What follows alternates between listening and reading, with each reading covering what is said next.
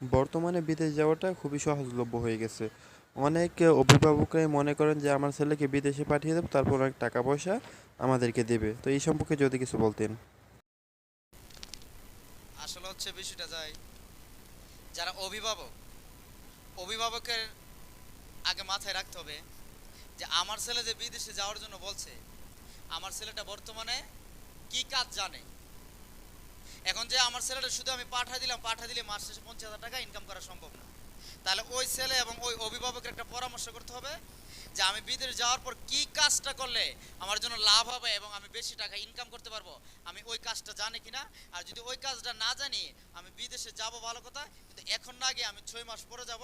আর এই 6 মাসের ভিতরে আমি একটা শিক্ষা প্রতিষ্ঠান কেন্দ্র থেকে অথবা ব্রাহ্মণবাড়িয়া কারিগরি প্রশিক্ষণ কেন্দ্র থেকে একটা কাজ শিখে দক্ষ হয়ে তারপর বিদেশ যাব। দক্ষ জনশক্তি দেশের সম্পদ, দক্ষতা নিজের সম্পদ। দক্ষ হয়ে বিদেশ যাব, দ্বিগুণ টাকা ইনকাম করবে, এটাই তার জন্য সবচেয়ে বেস্ট চিন্তা ভাবনা। কারণ এই প্রতিষ্ঠানে যেমন আপনার electrician, welder, driving, auto mechanics, machine shop, computer, জাপানি ভাষা এবং কোরিয়ান ভাষা শেখানোই। সে যদি যে কোনো একটা কাজ শিখে যাইতে পারে, তার জন্য প্রবাস। এখন আসলে সবচেয়ে গুরুত্বপূর্ণ যেটা, যে বিদেশ যাওয়ার লাভজনক কিনা যাচাই করা। কি করা? যাচাই করা। এটা কি বিদেশ যাওয়ার পূর্বে যাচাই না বিদেশ যাওয়ার পর যাচাই? বিদেশ যাওয়ার আগে। বিদেশ যাওয়ার আগে যাচাই করতে হবে। এই যাচাইটা আমরা করি না, আমাদের সময় থাকে না, তাই না? অথচ আমাদের সময় আছে ঠিকই, আমাদের মাথায় এটা থাকে না। মাথায় থাকে, আমাদের মাথায় এটা নাই।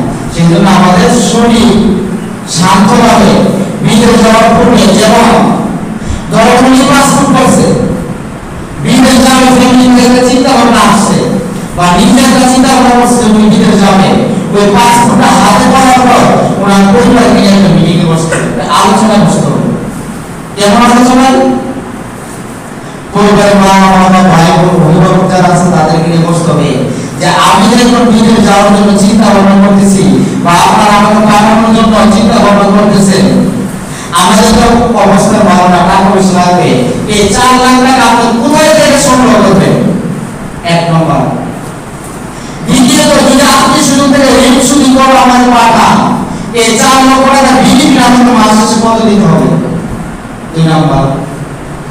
3 নম্বর, যে আমি যে বিদেশ যাওয়ার কথা চিন্তা করছি, কোন দেশে গেলে আমার জন্য সুযোগ সুবিধা লাভ হবে, আগে দেশ সিলেক্ট করেন। 4 নম্বর, আমি কার মাধ্যমে গেলে কিভাবে গেলে আমার জন্য নিরাপদ হবে, নির্বাচন নিশ্চিত হবে। আমি এজেন্সি থেকে ভিসা নিব না, দাওয়াত থেকে ভিসা নিব, এটা পরিবারের সাথে আলোচনা করব। 5 নম্বর, যে আমি বিদেশ যাওয়ার কথা চিন্তা করছি, বিদেশ গেলে তো আমাকে কাজ করে টাকা দিবে, তাইলে আমি বর্তমানে দেশে কি কাজ করি এবং কত টাকা ইনকাম করি। আর 4 লাখ টাকার বিনিময়ে বিদেশে যাওয়ার পর কি কাজটা করলে আমি তার চেয়ে দ্বিগুণ টাকা ইনকাম করতে পারবো, সেই কাজ আমি জানি না, সেই দক্ষতা স্কিল আমার আছে কিনা। তাই এটা পাঠ করে কি বোঝা হয়েছে? মেন কি? কাজ।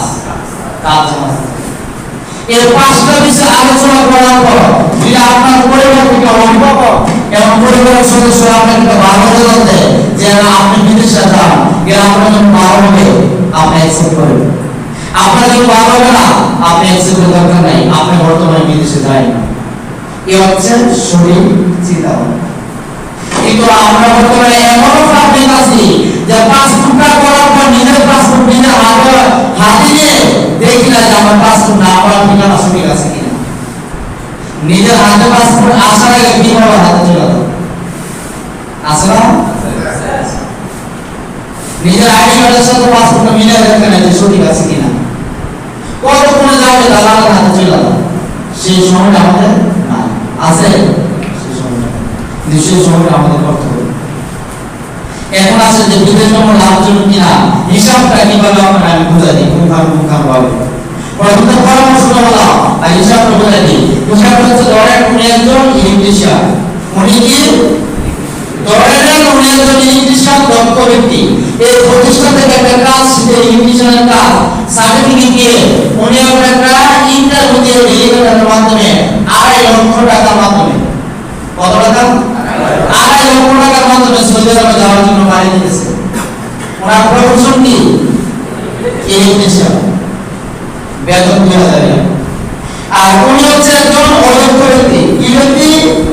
অযোগ্য। উনি কোনো কাজ জানে না, সাধারণ পরিবারের ছেলে। উনি 4 লক্ষ টাকা মাধ্যমে ওই ওনার পরামর্শ করে নাই, ভোট করে ক্লিনারের কাছে ওনাকে পাঠিয়েছে। ওনার বেতন 1000 টাকা। কত টাকা? 1000 টাকা। 4 লক্ষ টাকা মাধ্যমে।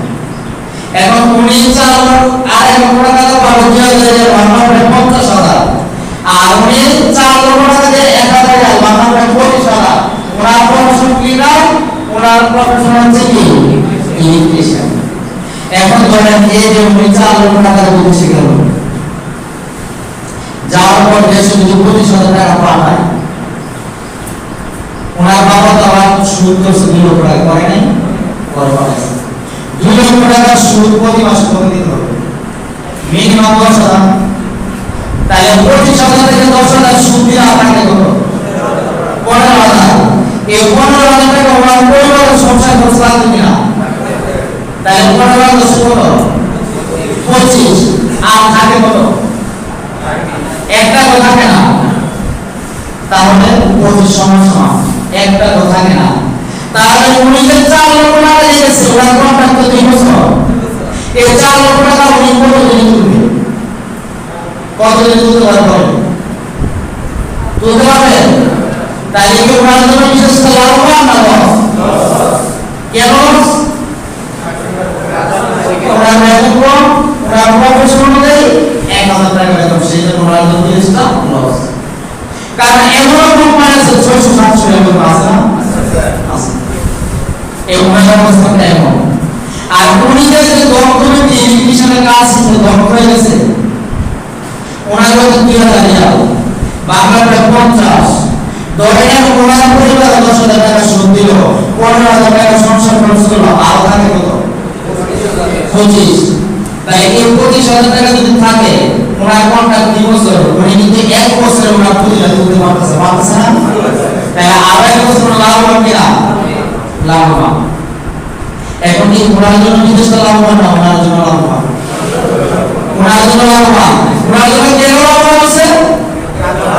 উনি দক্ষ ব্যক্তি, কাজ জানা ব্যক্তি, প্রফেশন ভালো, ওনার স্যালারি ভালো। তাহলে ওনার জন্য বিদেশটা লাভবান। এই ওনার মতো যারা দক্ষ হয়ে কাজ শিখে 2 টাকা বেতনে বিদেশে যাবে, তাদের জন্য 100% বিদেশটা লাভবান। আর ওনার মতো যারা, তাদের জন্য বিদেশটা লাভবান না। কিন্তু ওনার জন্য লাভবান ছিল কোনটা? ওনার জন্য কোনটা লাভবান ছিল? ওই ওনার জন্য লাভবান ছিল পাসপোর্ট করার পর ভোটার করে যদি কারোর কাছে জমা না দিয়ে ওই ওনার পরিবার নিয়ে বসতো, আলোচনা করতো যে আমি তো কোনো কাজ জানি না, আমি যে যাইতেছি বিদেশে 1000 টাকা বেতন তো আমার পোষাবে না, আমার কোনো লাভ পাবো না, তাই আমি বর্তমানে এই টাকা বেতনের কাজে না গিয়ে, বিদেশে না গিয়ে, আমি বিদেশে যাবো না, এখন না গিয়ে আমি 6 মাস পরে যাবো। এই 6 মাসে ওনার মতো একটা কাজ শিখে দক্ষ হয়ে তারপর 2 টাকা বেতন বিদেশে, তাহলে ওনার জন্য লাভবান। অথবা যদি আমি কাজ শিখতে না জানি, তাহলে আমার যাওয়ার দরকার নাই, আমি দেশে বিনা পুঁজিতে 10 থেকে 15,000 ইনকাম করবো, পারবো কিনা? আমরা যদি ইচ্ছা করি দেশে 15,000 টাকা ইনকাম করতে পারবো, কিন্তু আমাদের সেই ইচ্ছা শক্তিটা নাই। কেন নাই? আমাদের 24 কপাল আলোকি, তাই না? কারণ আমাদের 24 করে দেশে যদি আমি গরু পালন করি, মাছের চাষ করি, জমি জমা করি, পাশের বাড়ির মানুষ দেখলে কি বলবে, বন্ধু বান্ধব দেখলে কি বলবে? আসলে আপনার বন্ধু বান্ধবের কথা তো তুলে ধরার দরকার নাই। আপনি 4 লাখ টাকা বিনিময়ে বিদেশে যাওয়ার পর মাসে 25 ইনকাম করে যদি 1 টাকা হাতে না থাকে, এর চেয়ে ভালো বিনা পুঁজিতে আপনি দেশে 15 ইনকাম করেন, কোনটা ভালো? বিনা পুঁজিতে 15 ভালো না? এখন তো আমি বলছি আপনি বিদেশে যাবেন না, এমন বলছি আপনি যান, আপনি যান, চাইতে পারেন না, কিন্তু আপনি আপনার যোগ্যতা তৈরি করে যান, একটা প্রফেশন তৈরি করে যান, যেই কাজে যে আপনি অতি তাড়াতাড়ি লাভবান হতে পারবেন। এখন উনি যে 1000 টাকা বেতনে ক্লিনার দেখতেছে, আর উনি 2000 টাকা বেতনে, উনি যদি 20 বছর বিদেশ করে, আর উনি যদি 5 বছর বিদেশ করে, 5 বছর উনি যে টাকা সঞ্চয় করবে, উনি 20 বছরে সেই টাকা সঞ্চয় করতে পারবে না, পারবে? কারণ ওনার তো কোনো টাকাই থাকে না, থাকে? এ হচ্ছে বিদেশ ভ্রমণ লাভজনক কিনা সঠিক চিন্তা ভাবনা। এই সঠিক চিন্তা ভাবনা যদি আমরা প্রত্যেক প্রবাসী বিদেশে যাওয়ার পূর্বে করে নাই, তাহলে অবশ্যই আমাদের বিদেশে লাভবান হবে। কিন্তু হুটহাট করে কোন চিন্তা ভাবনা চিন্তা করে কিছু নাই যে পাশে করে ভাই চলে যেতেছে, আমার বন্ধু চলে যেতেছে, আমিও বিদেশ যাবো, এইভাবে গেলে বিদেশে লাভবান হতে পারবো পারবে? কারণ এমন লোক আছে বিদেশে যাওয়ার পর মাস শেষে 1 লক্ষ টাকা ইনকাম করে, এমন লোক আছে বিদেশ যাওয়ার পর খানাটা খাওয়াইতেছে না, রাস্তায় ঘুরতেছে, এমন লোক আছে 12 ঘন্টা ডিউটি করে মাত্র 25,000 টাকা খাওয়াইতেছে, আছে না? তাহলে এখন বিদেশ ভ্রমণ লাভজনক কিনা সঠিক হিসাবটা পাচ্ছেন? তাহলে লাভজনকের সঠিক হিসাবটা কি বলেন তো? কাজ শিখে যাওয়াটা দক্ষ হয়ে বিদেশ যাবো, 2 টাকা ইনকাম করবো, দক্ষ জনশক্তি দেশের সম্পদ, দক্ষতা নিজের সম্পদ, তাই না? সেই জন্য অবশ্যই আমাদের দক্ষ বিদেশে যেতে হবে। এখন এই দক্ষ হলো আমরা তাহলে চিন্তা করি কোন সময় ঢাকা ইন্টারন্যাশনাল আন্তর্জাতিক বিমানবন্দরে যাওয়ার পর ফেসবুকে শুনে স্ট্যাটাস দেব, তাই না? আমরা শুধু সেই চিন্তা নিয়ে আসি, কিন্তু আমরা সেই চিন্তা নিয়ে আসি না যে আমি এডুকেশনে ক্লাস করলাম লেভেল 1, আমি কেউ চিন্তা নেই যে আমি লেভেল 1 সম্পর্ক এটা করি। সেই জন্য আমাদেরকে কি করতে হবে? সঠিকভাবে আসতে হবে, সঠিকভাবে বিদেশে যেতে হবে।